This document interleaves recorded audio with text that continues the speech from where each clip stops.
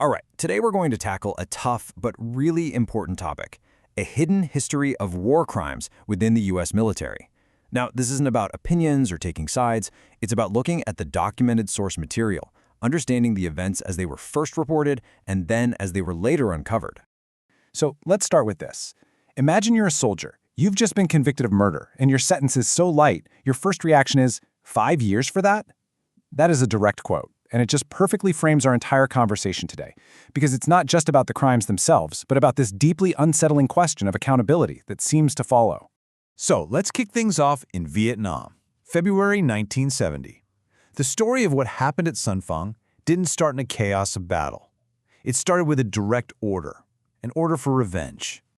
Okay, so let's get into the details here. A lieutenant orders 5 soldiers to get even for some fallen comrades. They go to this small hamlet, raid 3 huts, and kill 16 people.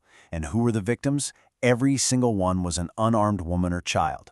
But here's the kicker, and this is so important. The initial report claimed it was a firefight with enemy soldiers, a complete fabrication. And this is where we circle back to that quote from the beginning. One soldier was sentenced to life, another got 5 years.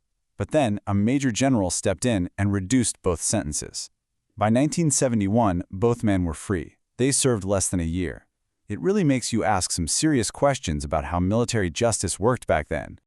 You know, this one case starts to reveal a much broader pattern. It's not just about the act itself, but about the official story that gets told afterward. In so many of these situations, we find these two completely conflicting realities, the one that goes on the official record and the one told by the people who were actually there.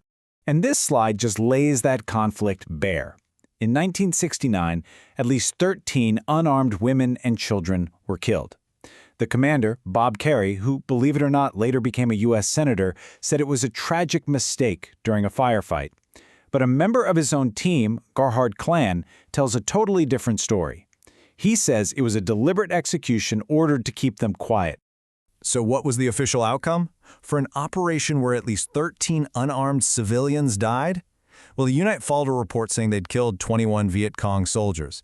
And based on that report, Commander Kerrey was awarded a Bronze Star. All right, now let's fast forward to Afghanistan in 2007. A Marine convoy gets hit by a suicide bomber.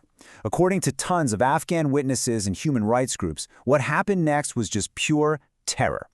They said the Marines sped away from the blast, just firing indiscriminately at cars, at people on the street, for miles down a busy highway. But here we go again. You see that other reality kick in.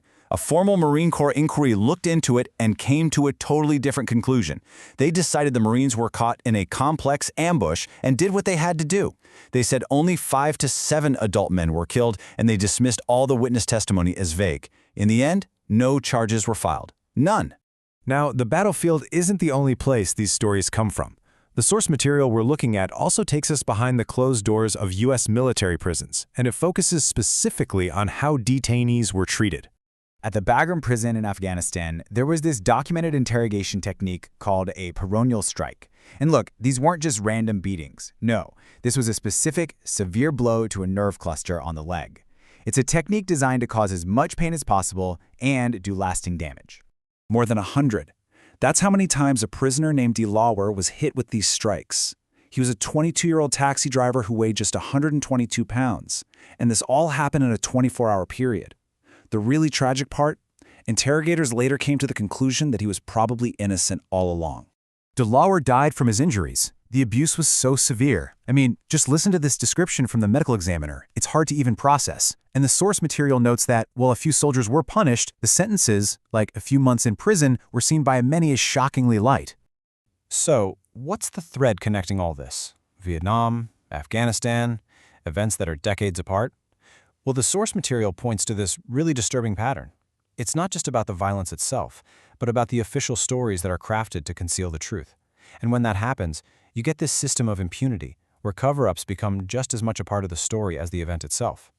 This table just lays it out so starkly. In Kadaba, Afghanistan, the official story was that soldiers stumbled upon an honor killing. The truth, which was admitted later, was that Army Rangers killed the women, one of whom was pregnant, and then allegedly tried to dig the bullets out of their bodies. Or Baghuz, Syria, where a single strike killed 64 civilians, but the official count for the entire year was just 22.